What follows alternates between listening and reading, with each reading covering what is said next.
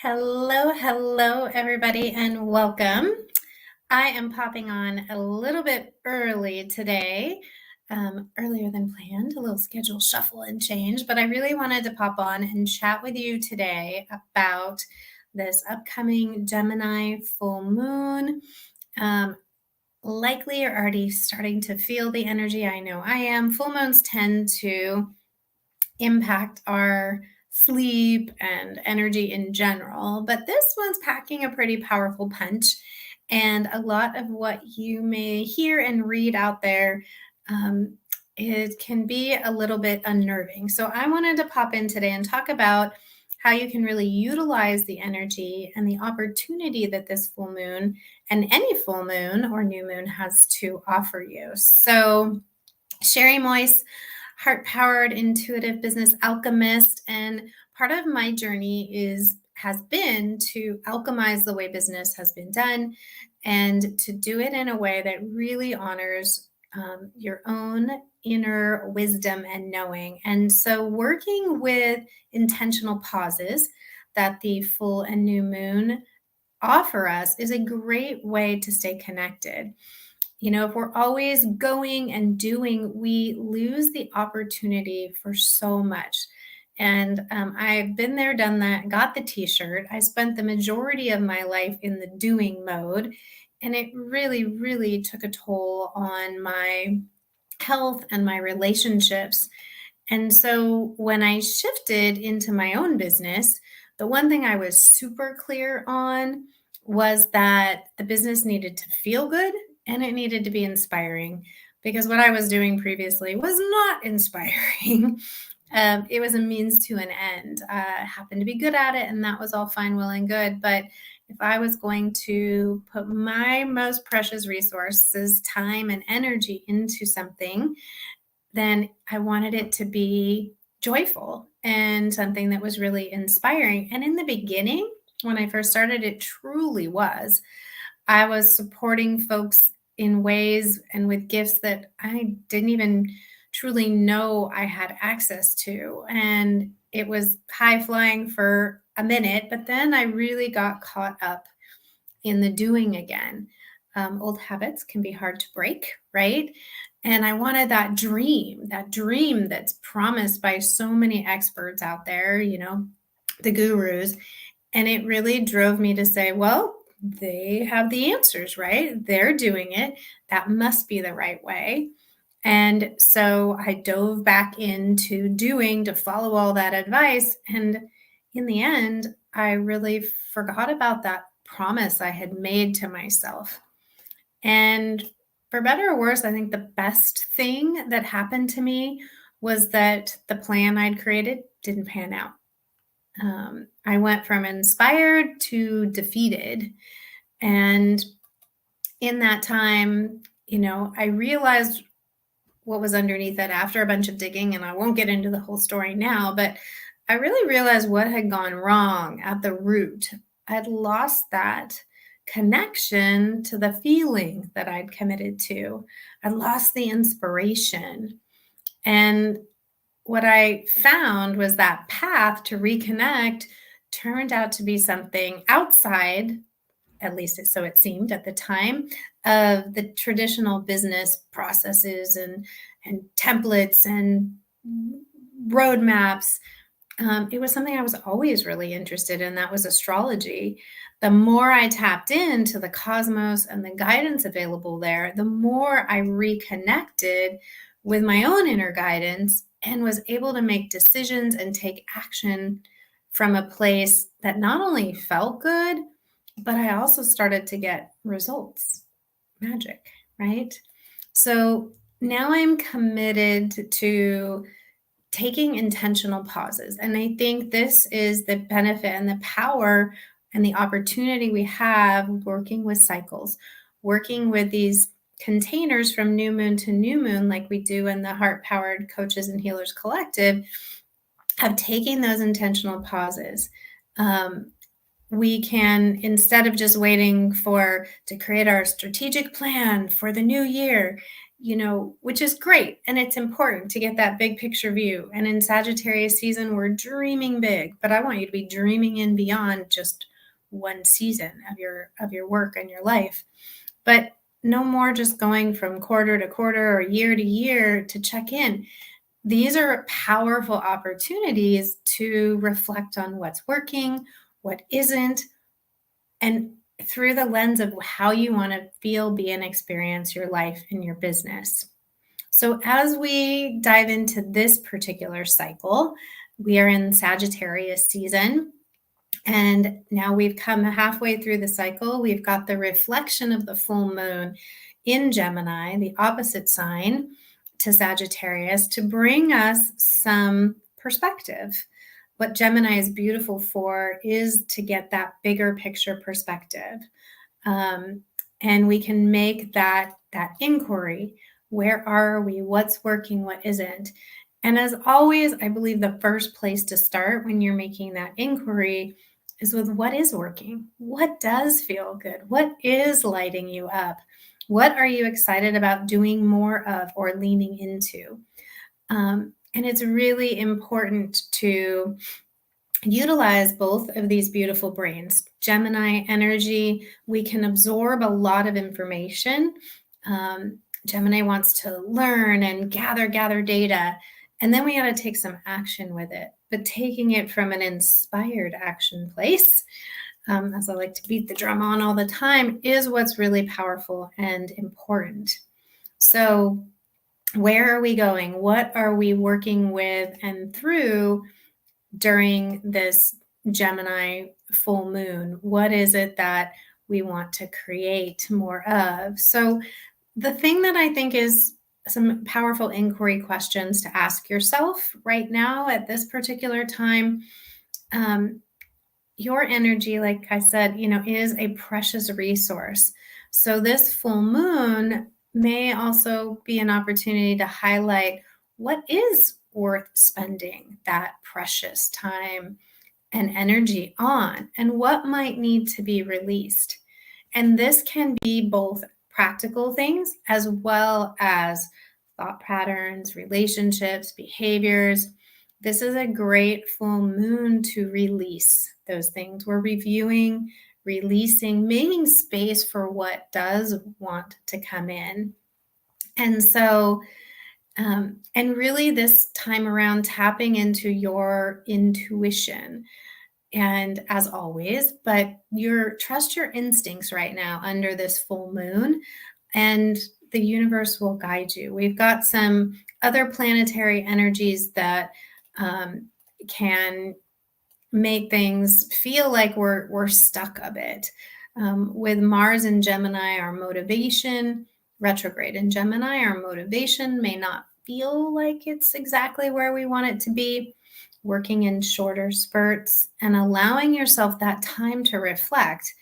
This is an important. Retrogrades are review periods. We're reviewing what motivates us, reviewing how we take action on things.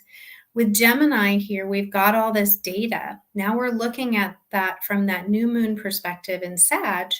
What is that expansive vision that we want to step into? Where do we want to be more adventurous? What do we want to be leaning into? This full moon comes around and says, okay, what data do I have to help me move forward on this path? We're going in deep. It's called the cold moon because we're in the dark, if you're in the northern hemisphere, the dark season. We're colder, we're darker, we're in that transition period, but we've got this beautiful opportunity to look to the brighter future that's coming ahead, just based on the fact that we'll have more sunlight soon. And so as we look at this full moon, reflecting on where you've been, what you've achieved, what obstacles you've overcome, the lessons you've learned, but don't lose sight of the future. Don't get caught up in too much evaluating the data, but celebrate. And then what is that with Mars and Gemini, there can be, and you'll probably hear a lot of people talk about the potential for anger and flare-ups and things like that.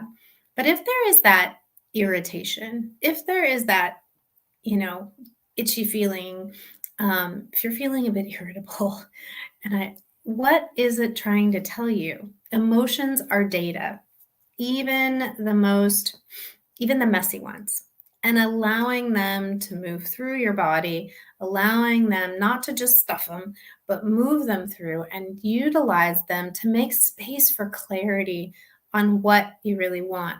The other opportunity these full moons have is it's a time for integrating. We're integrating this data, integrating this information. Where have we come in the last few weeks? What have we stepped into? What are we leaning into? And really looking at that, what we're meant to be using our most precious resource of time and energy on. The other opportunity with some of the planetary alignments, we've got Jupiter and Mercury that are giving us this lens of that with Sagittarius of thinking big. And where Gemini sits right now, there's an opportunity to illuminate something that maybe you weren't aware of. Again, back to the sign of the twins, there's choices, right? Right now, we can be feeling like we're spinning our wheels a bit, we're a little bit scattered, but go back over those choices, knowing what you know now. And then this full moon is an opportunity. It's that lens. We get to clarify things. We get to get creative. We get to look at things from both the practical side and the spiritual side. We can combine both. So don't, and know too that if your nervous system is a bit activated right now and has been, possibly that's that Gemini energy, Mars and Gemini. Be patient with yourself, use your tools, work with your breath, make sure that you are taking care of you. Because if that nervous system isn't decompressed, that's that doing mode. We can feel like we're trying to push through it. Don't push through it right now. Feel those feelings, sit with those emotions, get the data. What is it trying to tell you? And when you've been able to decompress and settle, then there's space for that clarity. Then there's space for possibility. So I don't think it's a bad thing that Mars might be agitating us a little bit. I think it's an opportunity, and it's all in how we work with it. So how are you nurturing yourself right now? How are you nurturing yourself in your business and through your business, the processes you use and the things you do in your business? This is a great exploration to take right now because Mars talking about action, we're reviewing it. Gemini, there's two ways to go about it. There's a bigger picture perspective. If the way you're moving through your business on a practical basis isn't lighting you up, isn't nurturing you, nurturing your creativity, nurturing your inspiration, then what can you do to help support that? One of the easiest things to do is take these pauses at the new and full moon and do that reflection and acknowledge what is inspiring you, what is working for you, and then add more of those pieces. And if something's not inspiring, if it's draining you, how can you shift that? If it's something you have to do to move your business forward, can you get support? Right now we want to be focused on the long-termness, so to speak, of the things that you're stepping into. Capricorn energy is going to come along and help us put structure around it, and help us get practical.